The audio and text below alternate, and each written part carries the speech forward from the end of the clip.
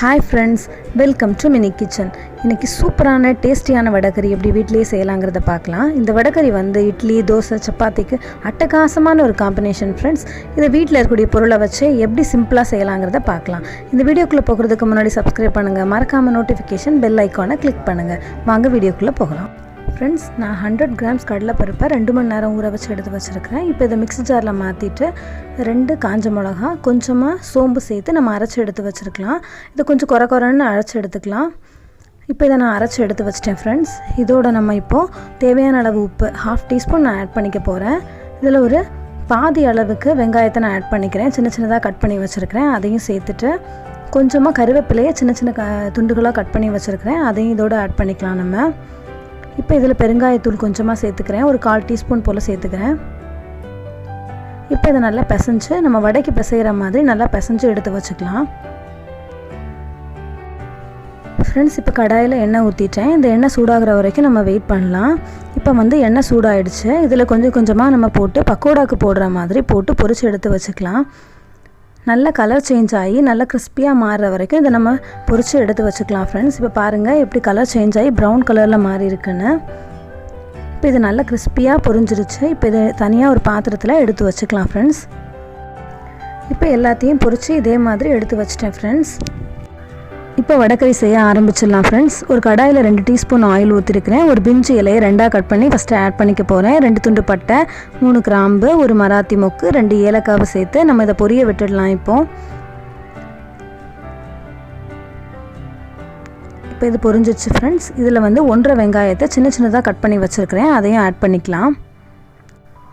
பொன்னிறமாகிறது வரைக்கும் இது நல்லா வதக்கிக்கலாம் ஃப்ரெண்ட்ஸ்.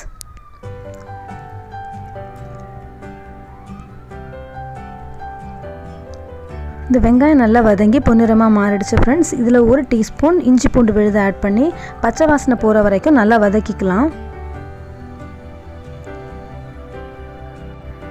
இந்த மாதிரி நல்லா வதக்கி விட்டுக்கோங்க ஃப்ரெண்ட்ஸ். இப்போ இதில் வந்து நான் 1 ஸ்பூன் மிளகாய் தூள், 1 ஸ்பூன் மல்லித்தூள் சேர்த்து வச்சுருக்கிறேன். அதை ஆட் பண்ணிக்கலாம்.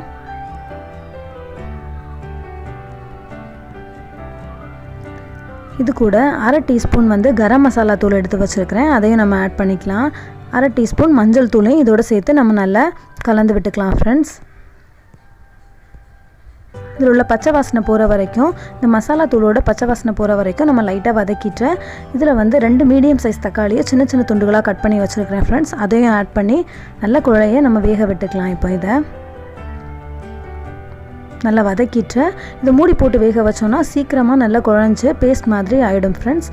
நம்ம இப்போ நல்லா வதக்கிட்டு ஒரு மூடி போட்டு ஒரு 2 நிமிஷம் வேக விட்டுடலாம் ஃப்ரெண்ட்ஸ்.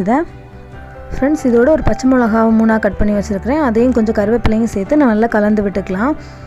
இந்த வடகரிக்கு வந்து கொஞ்சமாக நம்ம தேங்காய் பேஸ்ட் ரெடி பண்ணிக்கலாம் ஃப்ரெண்ட்ஸ். இது நல்லா கொஞ்சம் வேகட்டும். இப்போ 1/4 மூடி தேங்காய் எடுத்து வச்சுருக்கிறேன் ஃப்ரெண்ட்ஸ். அதில் ஒரு 1/4 டீஸ்பூன் கசகசா, 3 முந்திரி ஆட் பண்ணிக்க போகிறேன் ஃப்ரெண்ட்ஸ். அதோட கொஞ்சமாக சோம்பு சேர்த்து நல்ல பேஸ்ட் போல் நம்ம அரைச்சி எடுத்து வச்சுக்கலாம் ஃப்ரெண்ட்ஸ். இப்போ பாருங்கள் தக்காளி நல்லா குழைய வெந்துருச்சு.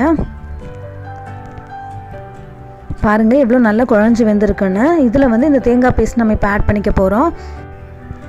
இது நல்லா கலந்து விட்டுட்டு 2 நிமிஷம் கொதிக்க விட்டுடலாம் ஃப்ரெண்ட்ஸ். இப்போ பாருங்கள் கொஞ்சம் கொதி வந்துடுச்சு. இதில் தேவையான அளவு தண்ணி ஆட் பண்ணிக்கலாம் ஃப்ரெண்ட்ஸ். நான் 2 கிளாஸ் அளவுக்கு தண்ணி ஆட் பண்ணிக்கிறேன். இது நல்லா கொதிச்ச உடனே இதில் வந்து பொரிச்சு வச்சுருக்கிற வடை துண்டுகளை வந்து நம்ம ஆட் பண்ணிக்கலாம். இப்போ இதில் உப்பு ஆட் பண்ணிக்கலாம் ஃப்ரெண்ட்ஸ். தேவையான அளவு உப்பு ஆட் பண்ணிக்கோங்க. டேஸ்ட்டு பார்த்துட்டு எவ்வளோ உப்பு தேவையோ அந்த அளவுக்கு ஆட் பண்ணிக்கோங்க. இது நல்லா கொதிக்கிற வரைக்கும் நம்ம வெயிட் பண்ணலாம் ஃப்ரெண்ட்ஸ். வடை துண்டுகளில் பெருசாக இருக்கிறத நான் 2ஆக கட் பண்ணி வச்சுருக்கிறேன் ஃப்ரெண்ட்ஸ். இப்போ வந்து நல்லா கொதி வந்துடுச்சு. இதில் நம்ம இந்த வடை துண்டுகளை வந்து ஆட் பண்ணிக்கலாம். பாருங்கள் கொஞ்சம் கொஞ்சமாக இதை ஆட் பண்ணிக்கோங்க.